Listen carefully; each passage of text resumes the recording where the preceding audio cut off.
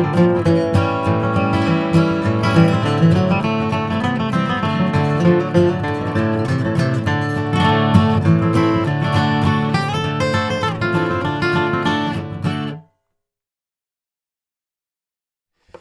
up guys, Brandon Johnson here again, and thanks for joining me. Today we're taking a look at one of my all-time favorite tunes, Tennessee Stud, and specifically the Doc Watson version. And I think I've listened to and watched just about every version of this song that's available on YouTube. A few live performances of Doc and Merle playing it, which are awesome. And specifically what makes this song tricky is that there's actually a 3/4 measure thrown in. So there's a measure of 3 thrown in there in the verse and in the chorus. And in my research in doing this lesson, I've come across a lot of versions of this song by other people that are out of the D chord position. But in this lesson, we're going to be capoing all the way up to 5, and we're going to be playing it out of the A chord position. So what we're going to be looking at in this lesson is the intro lick to the song, the intro lick to the solo, and the actual solo itself. So these are great exercises in soloing. And it's just, it's got some great signature Doc Watson moves in there. And I think after you get through this lesson, it's a long one, but after you get through it, I think you'll be well equipped to perform this song exactly like Doc did it, or very similar to how Doc did it. It's just a great song to know. So I hope you enjoy this one, and let's check it out.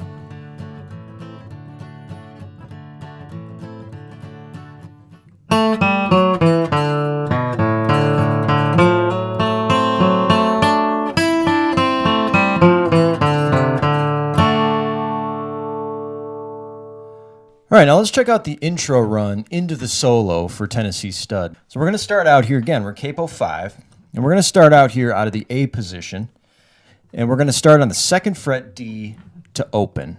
And we're going to try to do as much alternating picking as we can here, although you'll notice there's a few places where we actually do some double downstrokes. Okay, we're going to start off here with our index finger on the 2nd fret D string to open. And then we're going to go with our ring finger to the 4th fret A string to 2nd fret to open. You can kind of hear that descending major scale.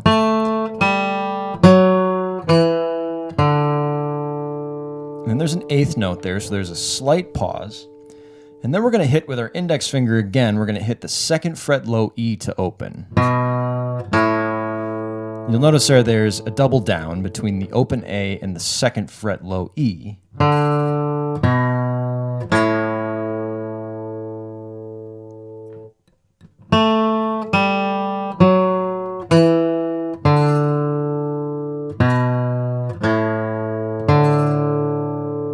Then another open A right after the open E. So again, like in a lot of bluegrass tunes, we're using a lot of open strings here.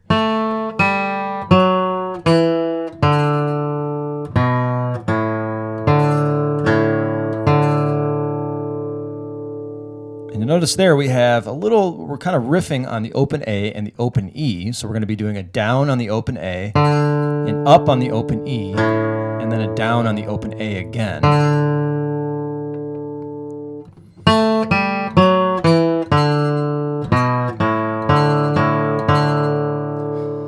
Now you'll notice that the position that we're in here is really important. So we're kind of in this open A chord position here, and the open A chord I like to play with my index finger right here. So that's going to mean that, our index finger is kind of hovering over the 2nd fret here the whole time that we're playing this run.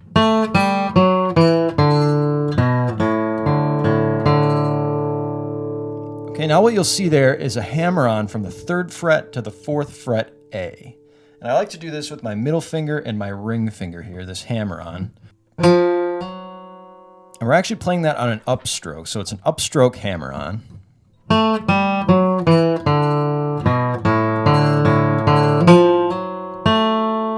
And then a downstroke on the 2nd fret D. And what I like to do there is when I play that hammer-on, I like to actually plant my ring finger here. And then play a little bit of a cross-picking part, almost like you're holding a 2-note chord. And that 2-note chord is going to be your 4th fret A and your 2nd fret D.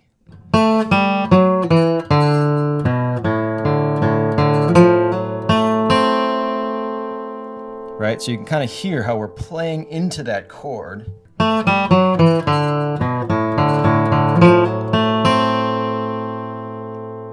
And we are kind of almost cross-picking right here. And that hammer on that 3rd fret to 4th fret A, followed by 2nd fret D, and then upstroke on the open G.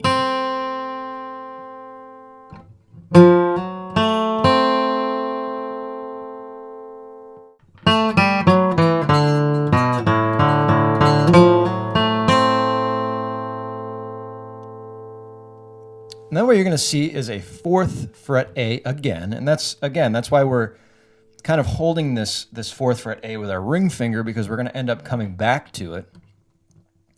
And at the beginning of measure number 2 here, you'll see 2nd fret D to 2nd fret G.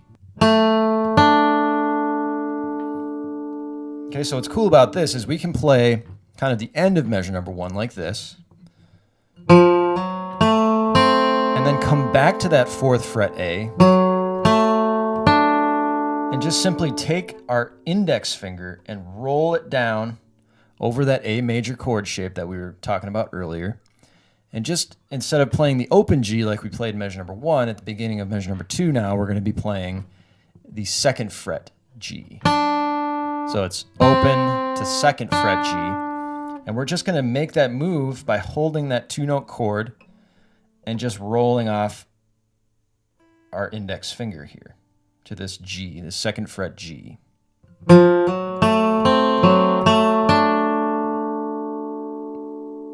Okay, and that's really the key move to this lick right here, and this is just really, really cool. And if you listen to the original version of this off the album, he doesn't play any of this. He just plays the simple intro lick, and this, I think he kind of came up with this over the years as a variation on that intro lick, just to kind of, spice it up. And, the way he spices it up is by doing this really cool kind of rolling cross-picking part here.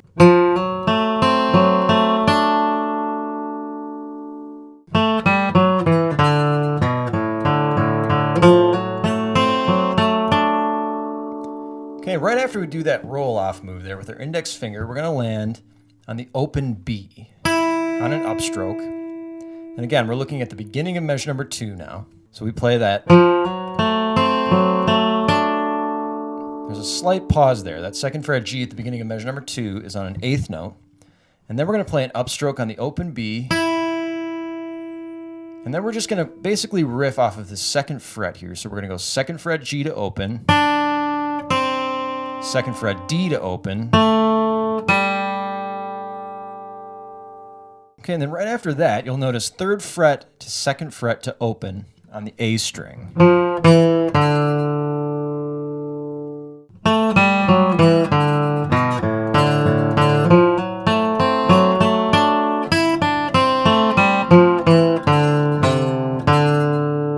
Okay, and then we're going to land on that 3rd fret low E to open A.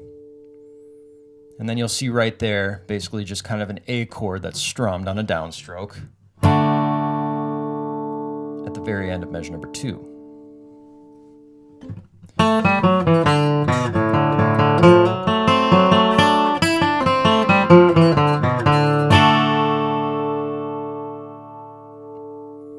And if you wanted to, you could actually forego that last A chord there and just play nothing, just to kind of get your bearings, because in measure number 3, you have an A, E minor, A, kind of, it's almost like a rhythm part coming up here in measure number 3.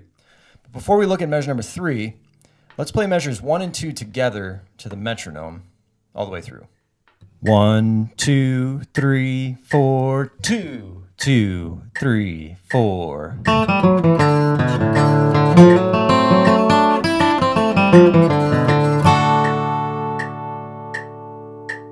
One, 2, 3, 4, 2, 2, 3, 4.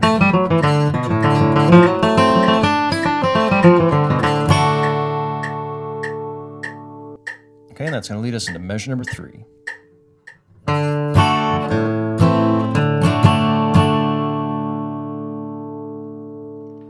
Okay, when we look at measure number 3 now, measure number 3 is largely a rhythm part.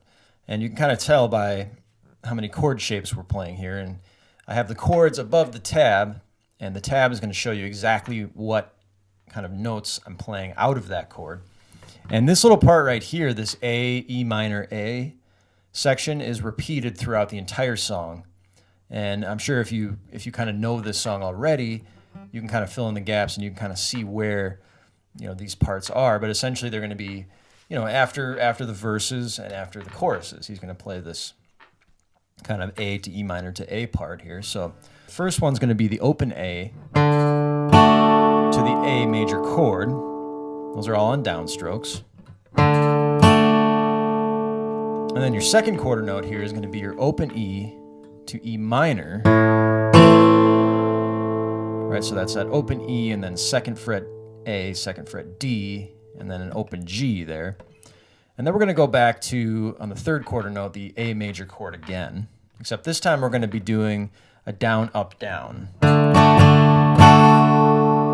followed by another down there. So if we play this entire measure, it's going to sound like this.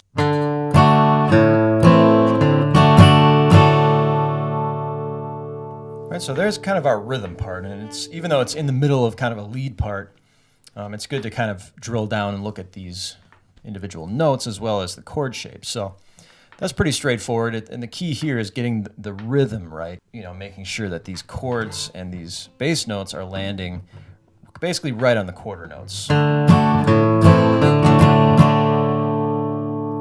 then what you're going to see there at the end of measure number 3 is the slide up.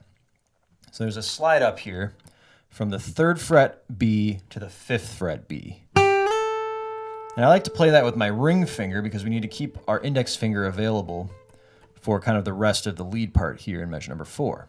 So we're going to slide up from the 3rd fret to the 5th fret B string with our ring finger. Then we're going to play an upstroke on that 3rd fret high E. And we're just going to place our ring finger back down on that 5th fret B. And we're just going to kind of riff off of that a couple times. All right, so we're going back to that 3rd fret high E.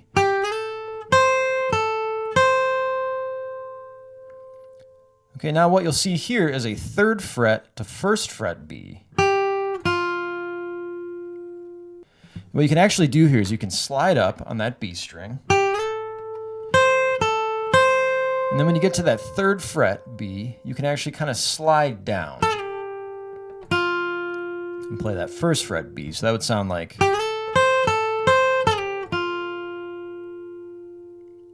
Or you could do it like the tab, which is more like...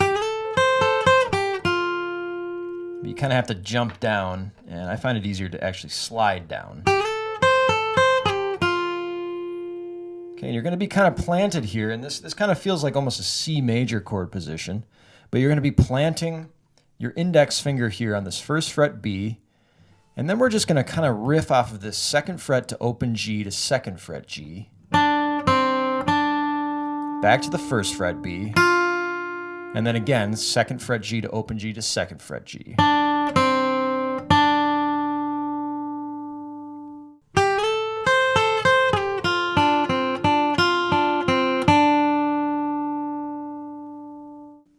It's the last measure before you go into the solo, which we're going to cover next.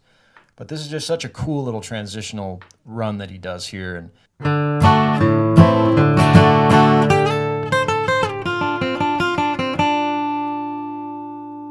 okay, so let's play measures 3 and 4 now together all the way through to the metronome. 1, 2, 3, 4, 2, 2, 3, 4.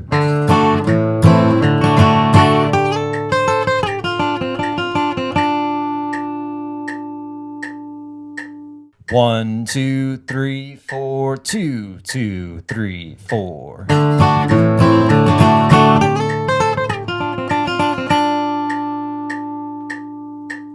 right, so now let's check out this entire transition run now, all the way through measures 1 through 4. 1, 2, 3, 4, 2, 2, 3, 4.